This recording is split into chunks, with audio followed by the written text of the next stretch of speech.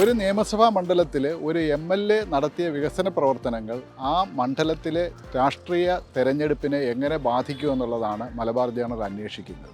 ഇതിനായി ഞങ്ങൾ തിരഞ്ഞെടുത്ത മണ്ഡലം കോഴിക്കോട് ജില്ലയിലെ കുറ്റ്യാടി അസംബ്ലി മണ്ഡലമാണ്. അവിടെ മത്സരിക്കുന്ന LDFിൻ്റെ സ്ഥാനാർത്ഥി KP കുഞ്ഞഹമ്മദ് മാസ്റ്ററും UDFിൻ്റെ സ്ഥാനാർത്ഥി പാറക്കൽ അബ്ദുള്ളയും ഒരു പക്ഷേ കേരളത്തിൽ ഏറ്റവും അധികം വികസനം ചർച്ച ചെയ്യുന്ന ഒരു മണ്ഡലമാക്കി ഇതിനെ മാറ്റിയിട്ടുണ്ട്. ഈ രണ്ട് സ്ഥാനാർത്ഥികളും അവരവരുടെ വലിയ അവകാശവാദങ്ങളുമായിട്ടാണ് ഈ നിയമസഭാ തെരഞ്ഞെടുപ്പിൽ അവതരിപ്പിക്കുന്നത്. അതിനെക്കുറിച്ച് ഉള്ള ഒരു അന്വേഷണമാണ് ഈ പ്രോഗ്രാം.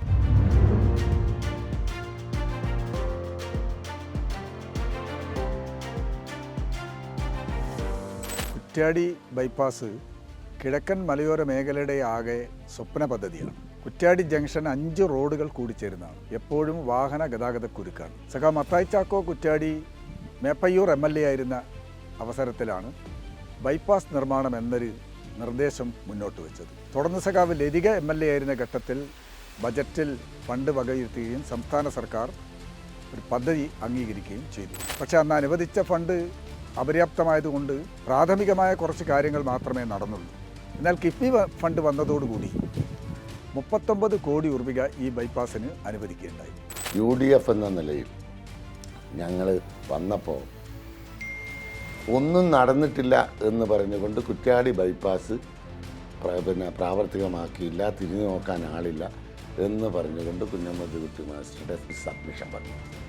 MLA ആയി തെരഞ്ഞെടുക്കപ്പെട്ട ശേഷം നിയമസഭയിൽ ആദ്യമായി സബ്മിഷൻ അവതരിപ്പിക്കുന്നത് കുറ്റ്യാടി ബൈപ്പാസുമായി ബന്ധപ്പെട്ടാണ്. ബഹുമാന്യനായ പൊതുമരാമത്ത് ടൂറിസം വകുപ്പ് മന്ത്രി മുഹമ്മദ് റിയാസും ഞാനും പുതിയ അംഗങ്ങളാണ്.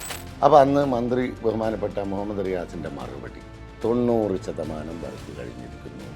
അലൈൻമെൻറ്റ് ഫിക്സ് ചെയ്തു. പെഗ് മാർക്ക് ചെയ്യുന്ന ഘട്ടത്തിൽ 90% കഴിഞ്ഞപ്പോൾ അവസാനത്തെ 10% പെട്ടെന്നതിൽ ഡീവിയേഷൻ വന്നു.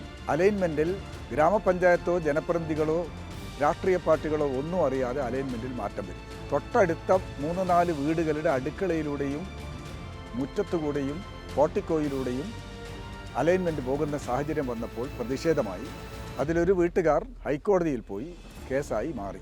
ആ ഘട്ടത്തിലാണ് നിയമസഭാ തെരഞ്ഞെടുപ്പ്. ഇത് 5 വർഷം ഞാൻ എൻ്റെ കഴിവുകേട് എന്ന് പറഞ്ഞുകൊണ്ട് നടക്കുന്ന ആളുകൾക്ക് 5 വർഷം ഒരു ഭരണകക്ഷി ആ ഭരണകക്ഷിയുടെ MLA ഉണ്ടായിട്ട് എന്തെങ്കിലും ഒരു വർക്ക് പൂർത്തീകരിക്കാനോ ഇത് ചെയ്യാനോ സാധിച്ചിട്ടുണ്ടോ? ലാസ്റ്റ് നിമിഷം ഒരു ഗിമ്മിക്കിലേക്ക് പോയി എന്നല്ലാതെ വേറെ അവിടെ ഒരു പുതുതായൊരു വർക്ക് അവിടെ നടന്നിട്ടില്ല. 39 കോടി രൂപയിൽ 13 കോടി രൂപ ഭൂമി ഏറ്റെടുക്കലിന് വേണ്ടിയാണ് അനുവദിച്ചിട്ടുള്ളത്. ബാക്കി റോഡ് നിർമ്മാണത്തിന് വേണ്ടിയുമാണ് ഉള്ളത്. ഓരോ ഘട്ടത്തിലും ഇടപെട്ട് പൂർണ്ണതയിലെത്തിച്ച് ഇപ്പോൾ പ്രവൃത്തി ത്വരിതഗതിയിൽ നടന്നു വരികയാണ്. ഇത് ഏപ്രിൽ-മെയ് മാസമാകുമ്പോഴേക്ക് ഈ ബൈപ്പാസിൻ്റെ പ്രവർത്തനം പൂർണ്ണതയിലെത്തും. യാതൊരു സംശയവുമില്ല കാര്യത്തിൽ. ആ രൂപത്തിൽ സമയബന്ധിതമായിട്ട് തന്നെ ഈ ബൈപ്പാസിൻ്റെ പ്രവർത്തനങ്ങൾ മുന്നോട്ട് പോകുന്നുണ്ട്. യഥാർത്ഥത്തിൽ അലൈൻമെൻറ്റിൽ മാറ്റം വരുത്തിയില്ലായിരുന്നുവെങ്കിൽ 6-7 വർഷം മുമ്പേ ഈ ബൈപ്പാസിൻ്റെ പ്രവർത്തനം പൂർത്തീകരിക്കുമായിരുന്നു. ജനങ്ങൾ പറയുന്നത് ആ അലൈൻമെൻറ്റിൽ മാറ്റം വരുത്തിയത് അന്നത്തെ ജനപ്രതിനിധികളുടെ വ്യാപാര താല്പര്യമാണെന്നൊക്കെ പറയുന്നുണ്ട്. വസ്തുതയുണ്ടോ എന്നറിയില്ല. ഏതായാലും ആ രൂപത്തിൽ ബോധപൂർവമായ ഒരു ഇടപെടൽ ഉണ്ടായതിൻ്റെ ഫലമായിട്ടാണ് 6-7 വർഷം മുമ്പേ നടപ്പിലാകേണ്ടിയിരുന്ന ഒരു പ്രോജക്റ്റ് താമസിച്ചു പോയത് എന്നറിയാം. ഈ ബൈപ്പാസ് വരുന്നതോടുകൂടി കുറ്റ്യാടി ജംഗ്ഷനിലെ പ്രശ്നങ്ങൾക്ക് മുഴുവനും പരിഹാരമാകും എന്ന് അഭിപ്രായം ഇല്ല. എന്നാൽ വലിയ ഒരു ശതമാനം ആ വാഹന ഗതാഗതക്കുരുക്ക് ഒഴിവാക്കാൻ കഴിയും. അതോടൊപ്പം തന്നെ കുറ്റ്യാടിയുടെ വികസനം, ഭാവി വികസനം എന്ന് പറയുന്ന ഈ ബൈപ്പാസുമായി ബന്ധപ്പെട്ട് കിടക്കുന്നു. വിജനമായി കിടക്കുന്ന ഈ ബൈപ്പാസ് എല്ലാം ഏതാനും വർഷങ്ങൾ കഴിയുമ്പോൾ നമുക്ക് ഏറ്റവും വലിയ വ്യാപാര കേന്ദ്രങ്ങളായി മാറും എന്ന കാര്യത്തിൽ യാതൊരു തർക്കവുമില്ല. താലൂക്ക് ആശുപത്രി, ആ താലൂക്ക് ആശുപത്രിയുടെ കീഴിൽ ഒരു ജനകീയ കമ്മിറ്റിയുടെ നേതൃത്വത്തിൽ അവിടെ ഡയാലിസിസ് സെൻ്ററുണ്ട്. പഴയ താലൂക്ക് ആശുപത്രി കെട്ടിടമാണ് അതിന് ഉപയോഗിക്കുന്നത്. ആ കെട്ടിടം വളരെ പരിതാപകരമായ അവസ്ഥയാണ്. കഴിഞ്ഞ 10 വർഷത്തിനിടയിൽ 8000-ലധികം ഓപ്പറേഷൻ നടന്ന ശ്രദ്ധേയമായ ഒരു സ്ഥാപനമാണ് ഈ കുറ്റ്യാടി താലൂക്ക് ആശുപത്രി. പല ഘട്ടങ്ങളിലായി സംസ്ഥാന സർക്കാരിൻ്റെ അവാർഡുകൾ പല നിലയിലും ഈ സ്ഥാപനം നേടിയിട്ടുമുണ്ട്. സ്ഥലപരിമിതിയാണ് നേരിടുന്ന ഏറ്റവും പ്രധാനപ്പെട്ട പ്രശ്നം. ഇക്കാര്യം കണ്ടുകൊണ്ടാണ് പിണറായി വിജയൻ്റെ നേതൃത്വത്തിലുള്ള കേരള സർക്കാർ പുതിയ കെട്ടിടമുണ്ടാക്കുന്നതിന് വേണ്ടി 28.5 കോടി രൂപ അനുവദിച്ചത്. 6 നിലയിലുള്ള കെട്ടിട നിർമ്മാണം പൂർത്തീകരിക്കുകയാണ്. ഏപ്രിൽ മാസമാകുമ്പോഴേക്ക് ഉദ്ഘാടനം ചെയ്യാൻ കഴിയും എന്ന് പ്രതീക്ഷിക്കുകയാണ്. 6 ഓപ്പറേഷൻ തിയേറ്റർ ഉൾപ്പെടെയുള്ള ആധുനികമായ എല്ലാ സൗകര്യങ്ങളോടും കൂടിയാണ് കെട്ടിട നിർമ്മാണം പൂർത്തീകരിക്കാൻ പോകുന്നത്. എൻ്റെ ഈ പ്രവർത്തന കാലയളവിൽ ഈ താലൂക്ക് ആസ്പത്രിയെ സംബന്ധിച്ചിടത്തോളം ഈ കെട്ടിടം പ്രായോഗികവൽക്കരിക്കാൻ കഴിഞ്ഞു എന്നത് എടുത്തു പറയത്തക്ക നേട്ടമായി പ്രത്യേകിച്ച് ഞാൻ സൂചിപ്പിക്കുകയാണ്. അപ്പോൾ എവിടെ എന്ത് വികസനം എന്നുള്ളതാണ് ഞാൻ ചോദിക്കുന്ന ഒരു ചോദ്യം. വടകര കുറ്റ്യാടി നാദാപുരം മണ്ഡലത്തിലൂടെ കടന്നു പോകുന്ന ഏറ്റവും പ്രധാനപ്പെട്ട റോഡാണ് വടകര വില്യാപ്പള്ളി ചേലക്കാട് റോഡ്. ഈ റോഡ് പുനരുദ്ധരിക്കുന്നതിന് വേണ്ടി 2016-17 ബജറ്റിൽ ശ്രീ തോമസ് ഐസക് ധനകാര്യമന്ത്രിയായിരുന്നപ്പോൾ വടകര താലൂക്കിൽ 2 റോഡുകൾ അനുവദിച്ചതിൽ ഒന്നായിരുന്നു. കൈനാട്ടി നാദാപുരം റോഡാണ് മറ്റൊന്ന്. 12 മീറ്റർ സൗജന്യം നൽകണം എന്ന വ്യവസ്ഥയിലാണ് ഫണ്ട് അനുവദിച്ചിരുന്നത്. കൈനാട്ടി നാദാപുരം റോഡ് നാദാപുരം MLAയും ജനപ്രതിനിധികളുമെല്ലാം മുൻകൈയെടുത്തുകൊണ്ട് നേരത്തെ തന്നെ വീതി കൂട്ടി ഏറ്റവും നല്ല റോഡാക്കി മാറ്റുകയുണ്ടായി. പക്ഷേ ദൗർഭാഗ്യകരമെന്ന് പറയട്ടെ, 58 കോടി രൂപ വടകര വില്യാപ്പള്ളി ചേലക്കാട് റോഡിന് അന്ന് അനുവദിച്ചെങ്കിലും ഇവിടെ ആ കാര്യത്തിന് മുൻകൈ എടുക്കാൻ ആരും ഉണ്ടായിരുന്നില്ല. ഞാൻ കൊണ്ടുവന്നിട്ടുണ്ട് 730 കോടി രൂപയുടെ വികസനം. അത് ഞാൻ അക്കമിട്ട് എഴുതിയിട്ടുണ്ട്. എവിടെയൊക്കെ കാർഷിക മേഖലയിൽ, വിദ്യാഭ്യാസ മേഖലയിൽ, ആരോഗ്യ മേഖലയിൽ.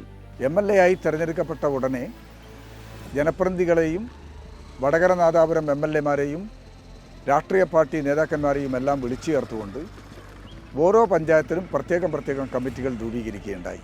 അങ്ങനെ ജനപ്രതിനിധികളും രാഷ്ട്രീയ പാർട്ടി നേതാക്കന്മാരും എല്ലാം ചേർന്നുകൊണ്ട് 3.5 വർഷക്കാലം നടത്തിയ പ്രയത്നത്തിൻ്റെ ഫലമായിട്ടാണ് 85% പേരുടെ കൺസെൻറ്റ് ലഭിച്ചത്. കുറ്റ്യാടി നാദാപുരം മണ്ഡലത്തിൽ മാത്രമാണ് ഇപ്പോൾ ആ പ്രവർത്തനം നടന്നു വരുന്നത്. പ്രവൃത്തി ടെൻഡർ ചെയ്തു, ULCCS ഏറ്റെടുക്കുകയും തുടർന്ന് വരികയും ചെയ്യുകയാണ്. കേസ് കൊടുക്കാൻ പോയവരും എതിർപ്പ് പ്രകടിപ്പിച്ചവരുമെല്ലാം തന്നെ ഇപ്പോൾ സഹകരിച്ച് മുന്നോട്ട് പോകുന്നുണ്ട്.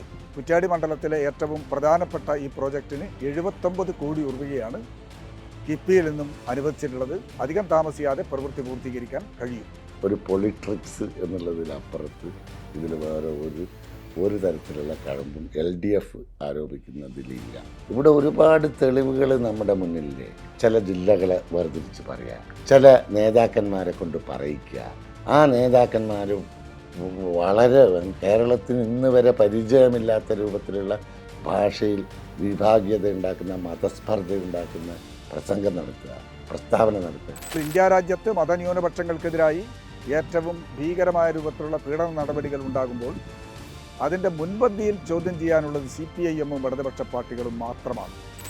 മുത്തലാഖ് നിയമത്തിലായാലും, പൗരത്വ ഭേദഗതി നിയമത്തിലായാലും, ഇപ്പോൾ വോട്ടർ പട്ടിക പുതുക്കുന്ന പ്രശ്നത്തിലായാലും, ഏറ്റവും ഒടുവിലെ പലസ്തീനികൾക്കെതിരായി ഇസ്രായേൽ നടത്തിയ ക്രൂരമായ കടന്നാക്രമണങ്ങൾക്കെതിരായിട്ടായാലും, ഇപ്പോൾ നടക്കുന്ന ഇറാനെതിരായി അമേരിക്കയും ഇസ്രായേലും നടത്തിയ ഏകപക്ഷീയമായ കടന്നാക്രമണത്തിലായാലും, ഇതിലെല്ലാം തന്നെ ജനങ്ങളെ ആകെ അണിനിരത്തി ശക്തമായ പ്രതിഷേധം സംഘടിപ്പിച്ചു പോകുന്ന ഇന്ത്യ രാജ്യത്തെ ഏക പാർട്ടി CPIM ആണ്. അക്കാര്യത്തിൽ ആർക്കാണ് സംശയം? ജമാഅത്തെ ഇസ്ലാമി എത്ര വർഷമായി ഇവിടെ, എത്ര കാലമായി?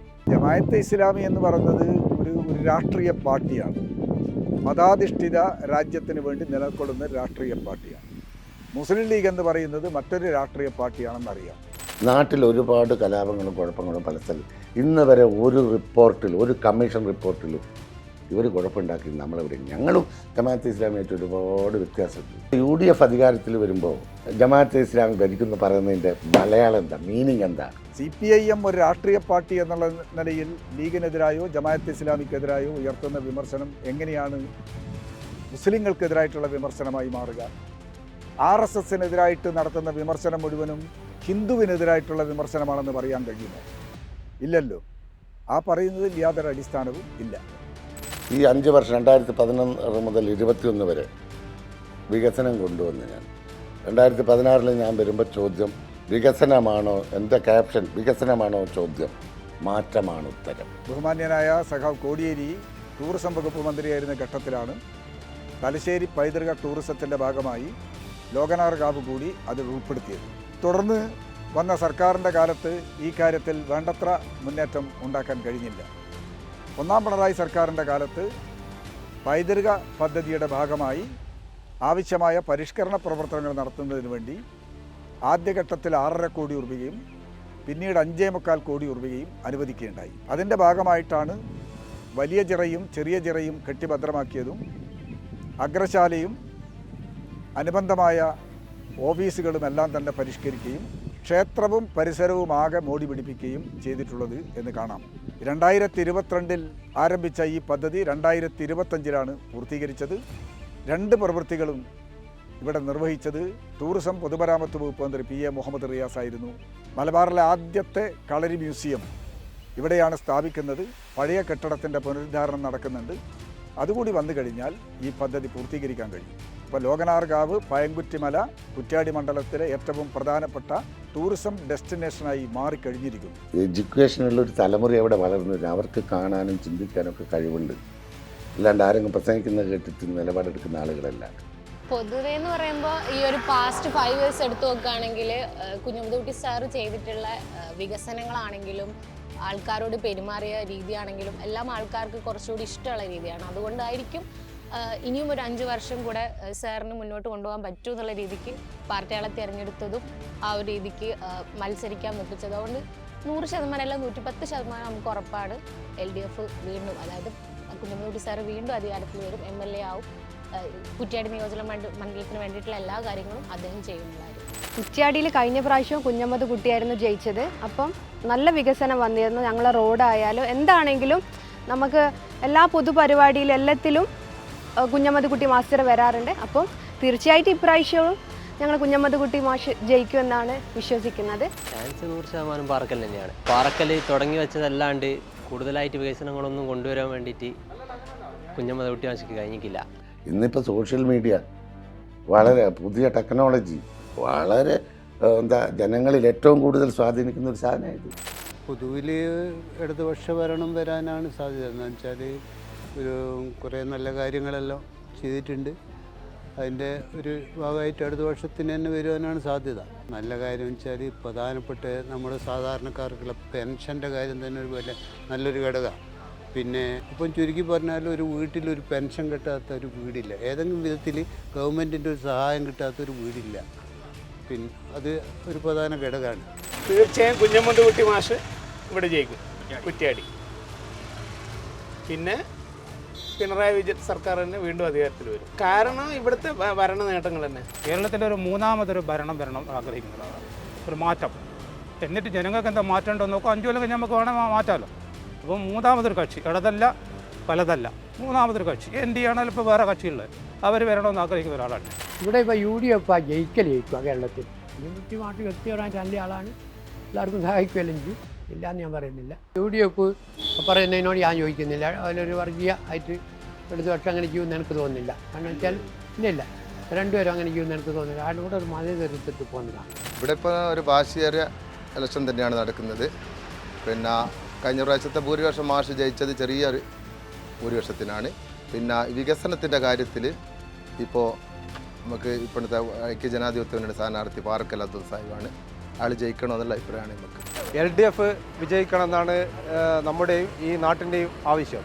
കാരണം ഈ കഴിഞ്ഞ 10 വർഷക്കാലം ഇടതുപക്ഷ ജനാധിപത്യ മുന്നണി ഈ കേരളത്തിൽ കാട്ടിയ വികസന പ്രവർത്തനം, സമാനതകളില്ലാത്ത വികസന പ്രവർത്തനം ഓരോ മേഖലയിലും. അപ്പോൾ ഈ ലോകനാർക്കാവിലെ ഈ ദേവസ്വവുമായി ബന്ധപ്പെട്ട് LDF ഗവൺമെൻറ് ചെയ്ത ഒരുപാട് വികസന പ്രവർത്തനങ്ങൾ അത് നമ്മുടെ മുമ്പിൽ സാക്ഷിയായി നിൽക്കുകയാണ്.